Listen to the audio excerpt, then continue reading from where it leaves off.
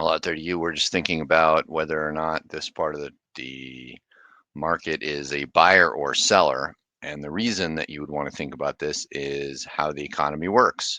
So, individuals or households in what's called the product market spend money with firms or businesses, and they get goods and services. So, this is the product market where the individual or the household is the consumer.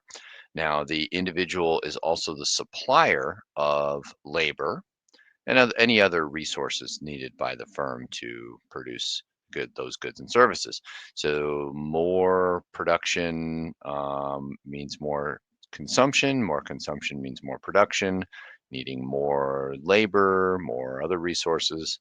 And that leads to more income, more spending. And so this is why it's known as the circular flow model. So specifically into each of these, the family eating, that's a part of the product market. So it's participating as a buyer.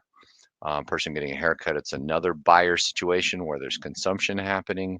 A cook working in a restaurant, that's a seller. It's part of the cook is selling their labor to the restaurant, and the restaurant is going to sell the food to the buyers.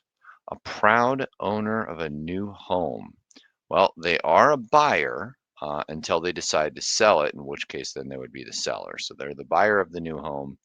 If they hold on to it, then they're no longer a buyer. And then potentially when they decide to sell it or move on with whatever life, I suppose, then they become a seller or somebody becomes a seller.